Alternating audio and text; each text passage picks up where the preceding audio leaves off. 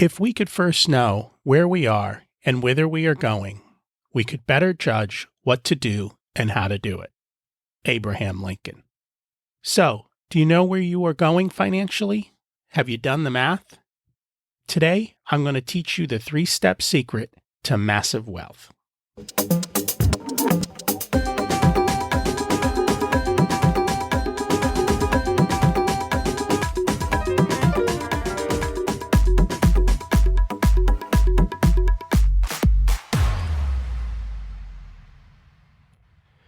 Welcome to Richer Soul, your journey to a more purposeful, intentional, amazing life. Where are you going to go and how are you going to get there? Let's figure that out together. At the core is financial well-being to be able to do what you want, when you want, how you want. Freedom. Some quick announcements. I'm going to do 2 more episodes, one on each of the areas that we laid out. After that, we're going to find top experts in all these areas and have them on the podcast to dig deeper into the subjects. I would like to get episodes out once a week. I'm also going to offer a 2-hour coaching session to anyone who would be willing to have a session recorded and released as a podcast episode. I believe it's important for you to hear stories from other people and see how they struggle and overcome their financial issues. Don't worry, we can change your name and keep personal information off the recording. If you're interested, please email me at rocky@richersoul.com. Also, if you have feedback, please do the same. Today, we're going to talk about money.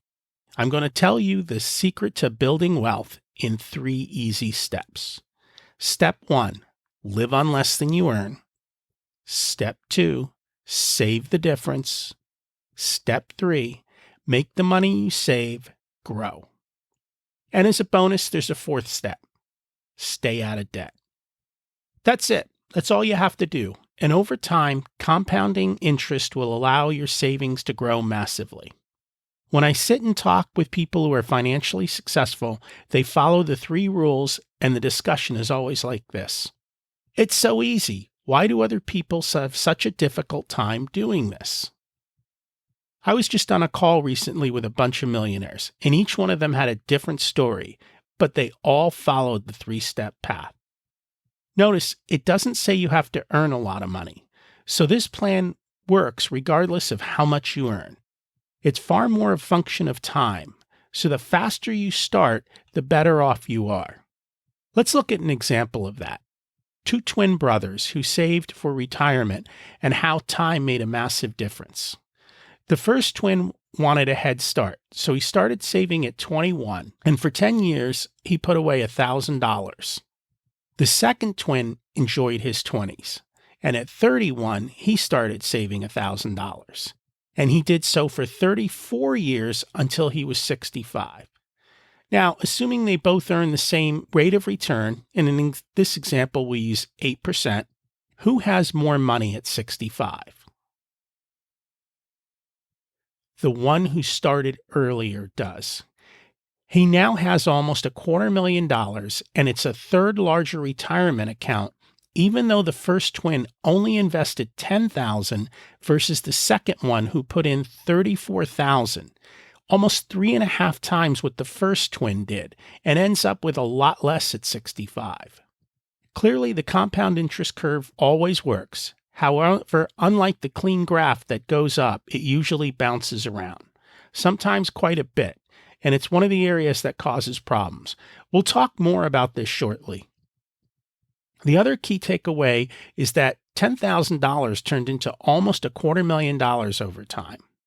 I've taught my kids this lesson, and they both have Roth IRAs as teenagers, which means they will have lots of time to allow for compounding. So, back to President Lincoln's quote. If we could first know where we are and whither we are going, we could better judge what to do and how to do it. Where are you? Do you know your financial facts? Too often people in small business don't focus on the numbers.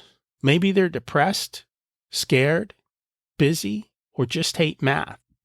The reality is, if you don't know where you are, you can't figure out what you need to get where you want to go. It's even worse if you don't know where you want to go. Step 1, the balance sheet. Everyone needs one. What is a balance sheet? It's basically all the stuff you own on one side and all the stuff that you owe on the other side. However, we're going to make this simple. I don't care about your TV, your toaster, or your wedding ring. Let's talk about real assets. Your house, your 401k, IRA, other retirement accounts, bonds, bank accounts, brokerage accounts, other real estate, the net value of a business you may own. Add them all up and come up with a number on one side of your balance sheet, your assets. On the other side is all the money you owe. If you pay your credit card in full every month, then don't worry about it. How much are your student loans, mortgage, car loans, other loans that you might have, outstanding credit card balances, any other amounts you owe somebody? These are your liabilities. I'm going to link to a sample spreadsheet for you to use in the podcast notes.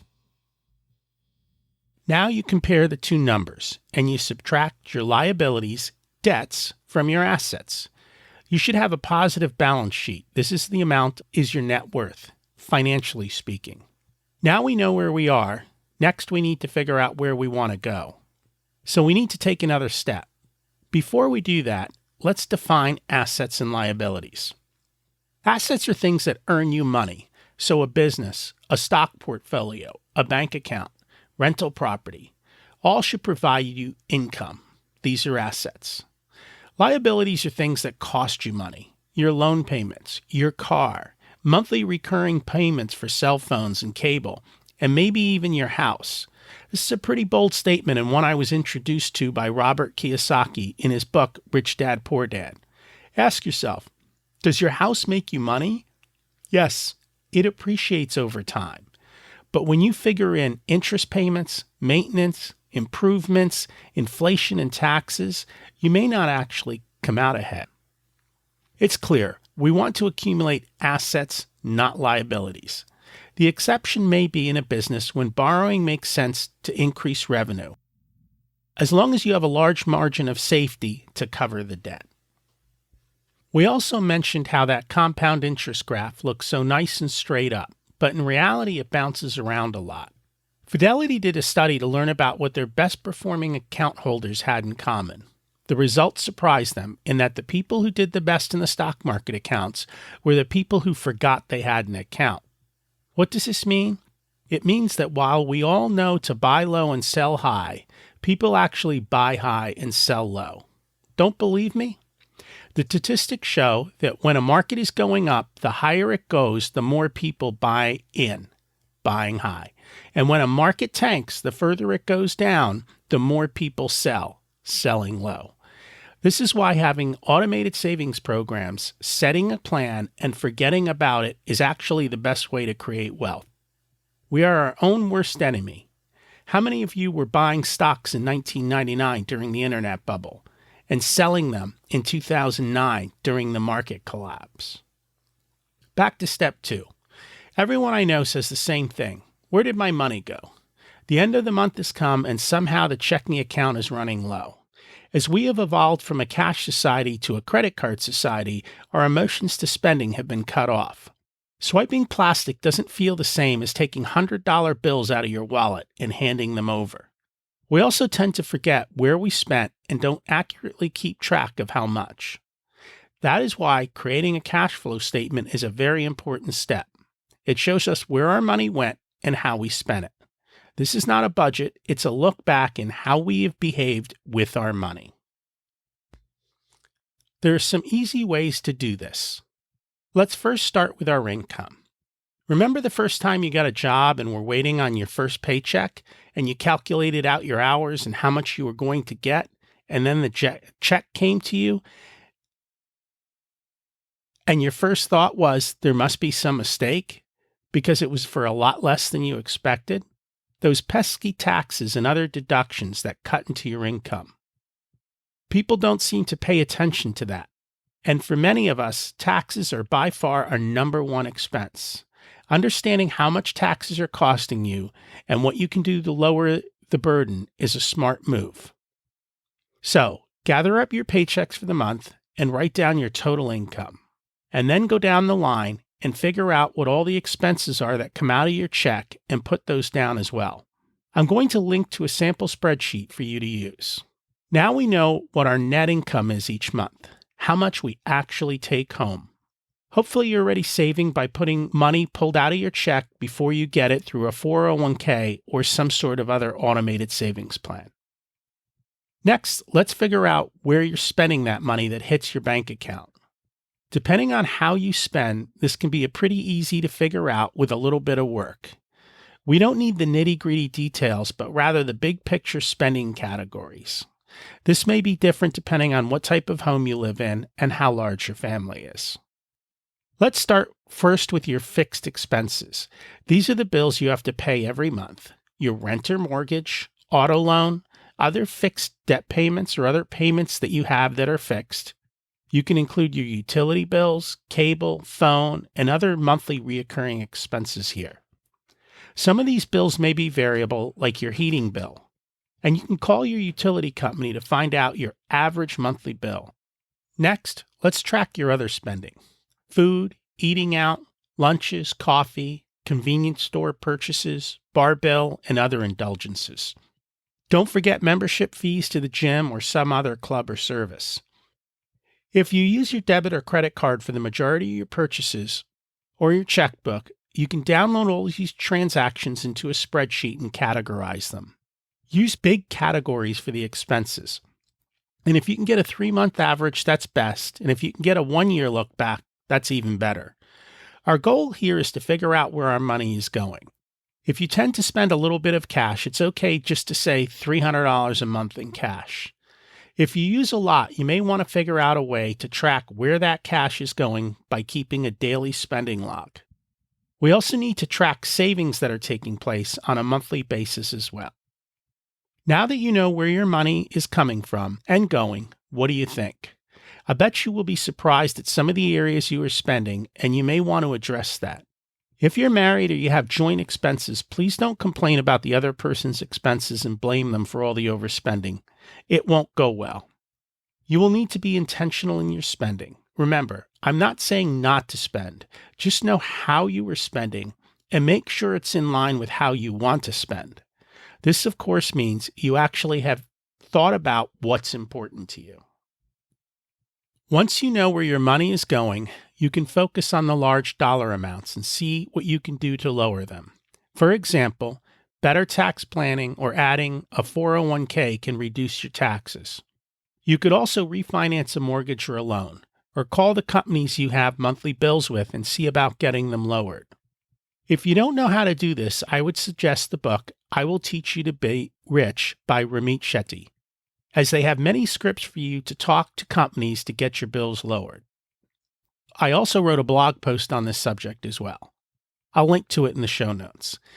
If you spend 2 hours and could reduce a bunch of bills by just $100 a month or cancel something you don't use, that's $1,200 of money in your pocket this year for very little effort.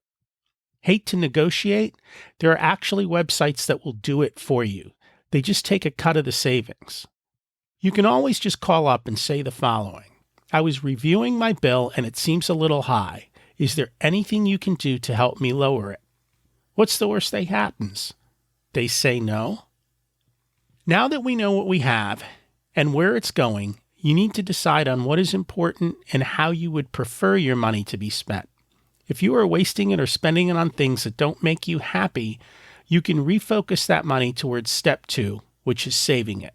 You can automate your savings so you pay yourself first before anyone else. You are on the easy path to success. Before we continue, I want to talk about the fact that money is a tool, and learning how to use this tool to provide the freedom and lifestyle you want is what's important. The money will not buy you happiness or solve your problems. It may even create new ones for you. The purpose of controlling this tool is to allow you to live the way you choose. That's a whole nother topic about what living a rich life really means. Remember, accumulating wealth is usually a problem of holding on to your money versus earning even more. There are quite a few people who earned multiple millions of dollars and ended up broke. They simply spent too much. They say it's harder to get from 0 to 80 than from 80 to 100. What that means is you need to start saving and setting aside some amount of money. Starting the habit is most important. J.D. Roth at Money Boss likes to say, save half. It's a pretty good goal. If you at least start with a small savings goal, you can over time increase the amount you save, and especially when your income goes up or you get a bonus.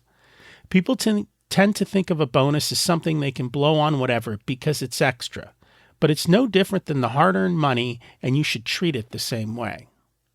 So, to recap so far, we have figured out our balance sheet, how much we are worth financially, we figured out where our money is going, and if we are saving some of it, now it's time to make your money grow. Too often we make a lot of mistakes with step 3, and making the money grow, we save. Why? Because we want to do it fast and fancy. But the reality is that time and boring are the keys to steadfast success. Remember, the people who forgot about their Fidelity accounts had the best returns of anyone. Tony Robbins' book, Money Master the Game, has a lot of different portfolios from many billionaires like Warren Buffett with a diversity of investing styles. At the end of the day, over a long period of time, all the investment portfolios ended up in very much the same place. One big factor, though, was cost.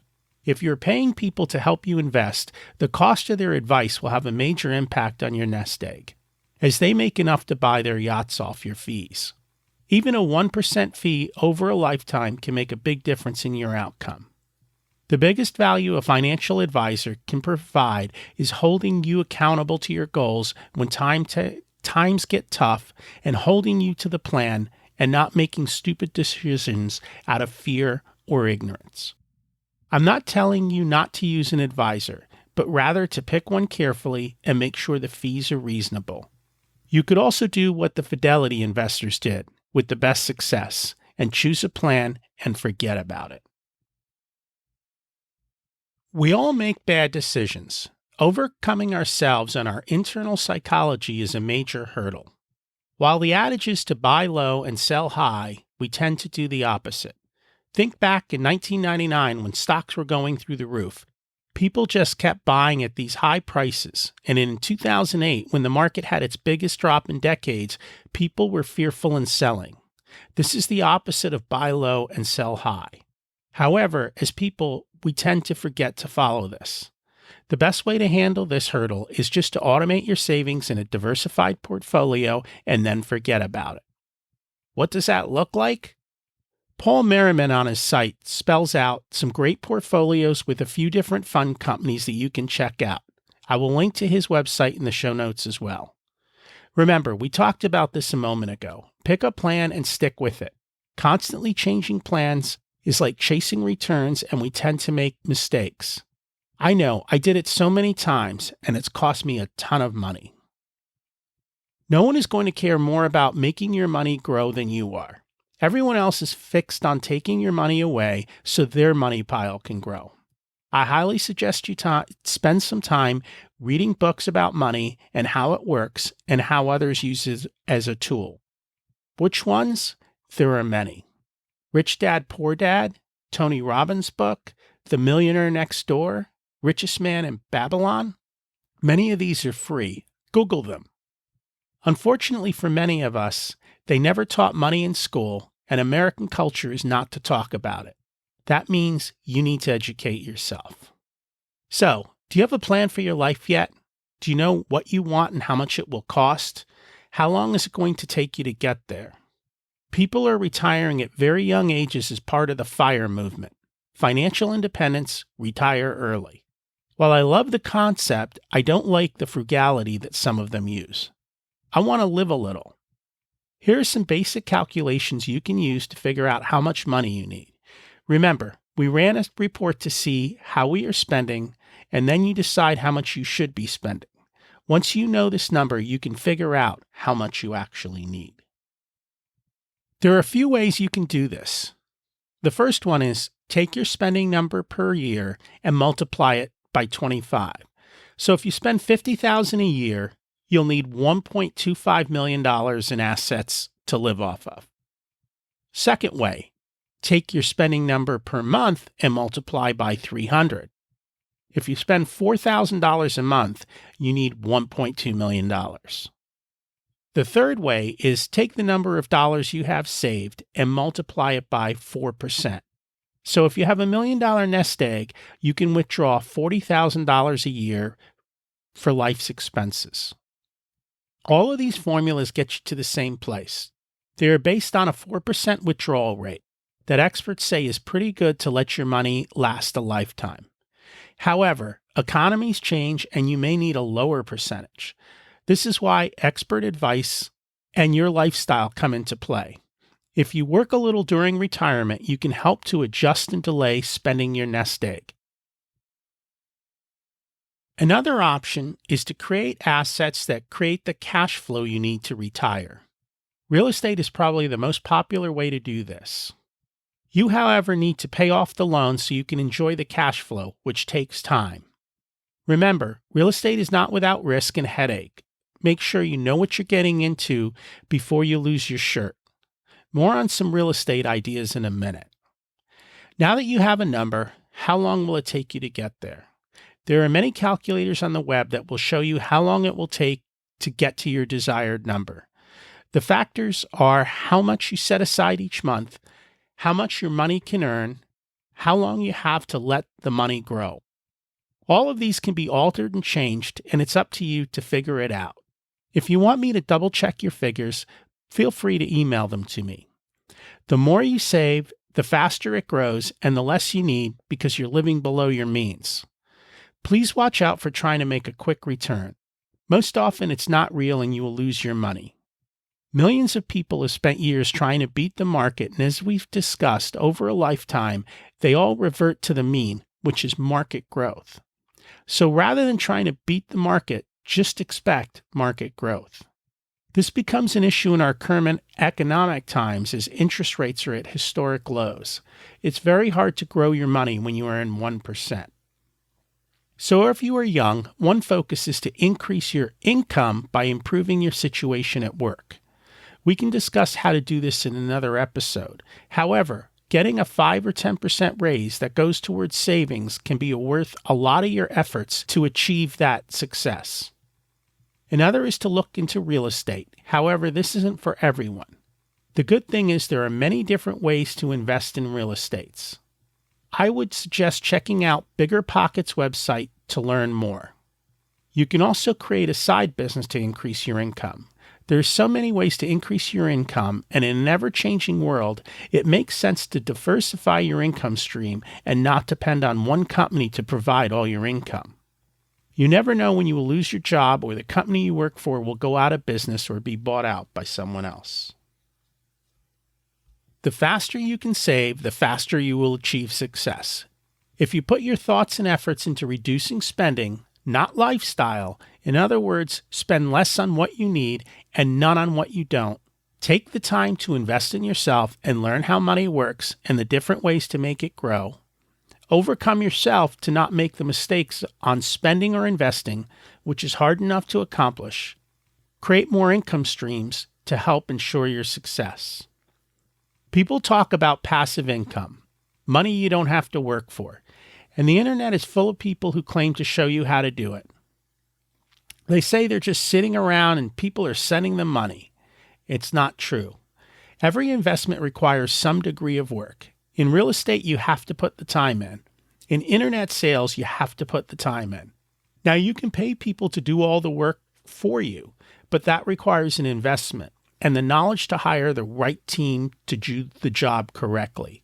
Again, it takes effort to learn that knowledge and implement it. Let's also chat about money scripts. These are the things that we tell ourselves about money, and they can be very destructive. Our irrational ideas around money are formed when we are children. How we grow up and what we experience makes us have a certain relationship with money.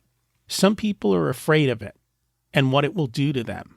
Others are taught that money is the root of all evil. None of this is true. Money is nothing but a way to exchange goods and services in an easy way. And in other words, you want dinner tonight. It's a lot easier to spend cash than to bring a lamb to the butcher to trade it for some chicken and veggies. Our relationship, however, with money can be evil. What we do with it can be scary. Understanding these barriers and how we behave is something everyone should learn. I would suggest reading The Financial Wisdom of Ebenezer Scrooge, 5 Principles to Transform Your Relationship with Money by Ted Klontz to get a better idea of why we behave the way we do. In this book, you see the money story behind the old age story of Dickens. Scrooge is wealthy and miserable.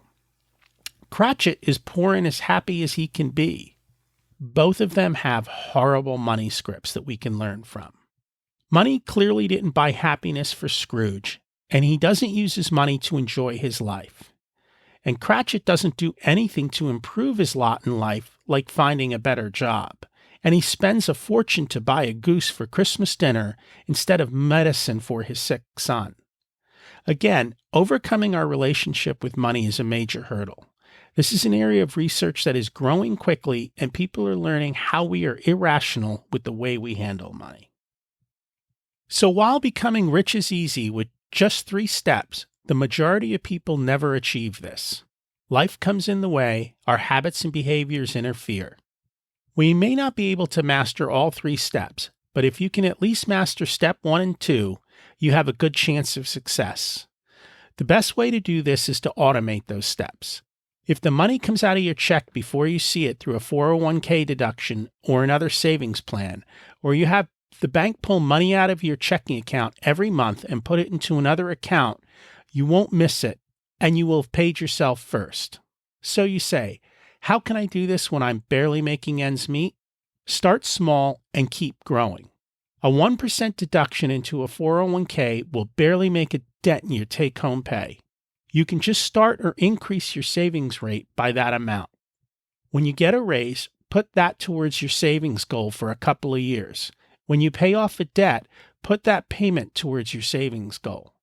While these things will not change overnight, a 1% increase plus a 3% raise plus another small amount is over 4%. Over 5 years, that becomes greater than a 20% savings rate. And you can do it faster by making changes and focusing on the goal. However, as we said before, getting started is the key. You have to start spending less and saving the difference. Remember, someone is living on less than you are, and they are just as happy as you are. One of the issues that happens in life is what we call lifestyle creep. As we make more, we expect more. However, we are no happier. As you keep buying more and larger stuff, the cost associated with maintaining and protecting those items also goes up. The hamster wheel keeps spinning faster and faster until we say stop. Enough is enough. People may look down at you for this, but that's okay. They really aren't looking out for your best interest. No one is going to promote living on less because it doesn't put money in their pocket. Another way to increase income is to learn about your benefits at work. They may be able to help jumpstart your savings. Cut your expenses by negotiating with companies to lower your bills, cable, phone, gym, insurance, mortgage rates, taxes, all can be lowered. Learn to buy things at a discount. The price paid is not equal to the value of an item. A classic example is wine, where there's not a lot of correlation between the price and the taste. Or even soda. Buying a single container at a convenience store is far more expensive than buying a multi-pack or a larger size at the grocery store. That means planning ahead. You have your spending laid out, look at the biggest areas and see where you can lower them. If you spend time to put your money to work, you will be able to have a much happier life over time. Remember, you are supposed to own things. They are not supposed to own you. It's okay to make small money mistakes. The key is to avoid large money mistakes. Getting involved in something you don't fully understand or something that requires a long-term commitment. While it may sound good today, life changes, and if you are stuck, then you have made a large mistake. Simple works, so keep it simple and understandable. One of the biggest mistakes is debt. The compound curve works both ways, and it accelerates fast with debt because the rates and penalties are much higher. No one is going to pay you 24% interest rate, but your credit card is sure to charge it to you when you are in trouble. The difference between 8% and 24% is 7 times faster growth. It's based on the rule of 72, which states if you want to figure out how fast your money will double, divide 72 by the interest rate. So with an 8% rate, we see that the money doubles in 9 years. 72 divided by 8 equals 9. With a 24% interest rate, the money doubles in 3 years. However, at year 9, it's 7 times the original value with a 24% rate versus an 8% rate. And if you have penalties and fees for being late on your debt payment, it explodes even more. This is why debt is such a major problem. Whatever you can do to stay out of debt will help you prevent mistakes that may not even be your fault. Is there a time to borrow money? Yes, but be very careful and understand what you are doing. Plans with promises of high returns that seem too good to be true are probably false. Don't get caught up with it. Lots of really smart people have been scammed. Always ask yourself, what could go wrong? What's my risk? Keeping investments diversified will prevent too much risk in one investment. Fraud is everywhere. Don't expect anyone to look out for your investments. That's your job. Look at Bernie Madoff. Does that sound familiar? He scammed some very smart people. I've met many people who thought they were excellent stock traders, and I always wonder why they don't go into the investment business as they could make millions with that skill. It's because they forget all their losses, and people who invest with you won't forget their losses. I keep telling my kids, life is like a slide. The higher it is, the longer you have to climb, and the more fun and the longer the ride down.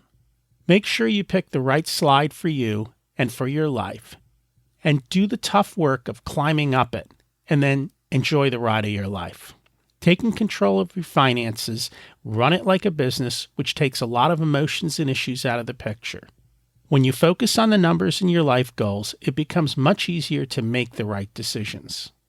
Does buying a fancy house that requires a lot of maintenance fit in with your goals of freedom, or does it fit in with your desire to fit into some other societal need? So, today we learned how to figure out where our money's coming from and where it's going. We also learned we need to be clear on where we prefer it to go. We learned how to figure out how much we need for financial freedom and the ways to increase our income or decrease our spending. We also learned the 3 steps to wealth and the bonus step. Number 1, live on less than you earn. Number 2, save the difference. Number 3, make the money you save grow. And the 4th bonus step, stay out of debt. Today's challenge, find out where your money is going and how much you have. Find a book on money and read it. There were many mentioned today. Start your automated savings plan. Yes, I know, today has a boatload of work, but the rewards it brings are immeasurable. A life of freedom. Before we close out this session, I want you to understand my role. It's a dual role. Part 1 is the conductor, not the guy on the train, the one who stands in front of the orchestra. Too often in life, we have so many competing priorities, and you need a way of finding time to bring them all into harmony. The other is that of a Sherpa. If you want to climb Mount Everest, you need a few Sherpas, guides who know the way and can help you get you to the top. In both of these roles, it's you who has to do the work. I'm just here to educate, guide, teach, and show a path. Since I don't know you personally, you need to make sure that this is the right path for you. We have 2 more areas to cover. I'm looking forward to continuing the conversation. In the meantime, create your freedom plan.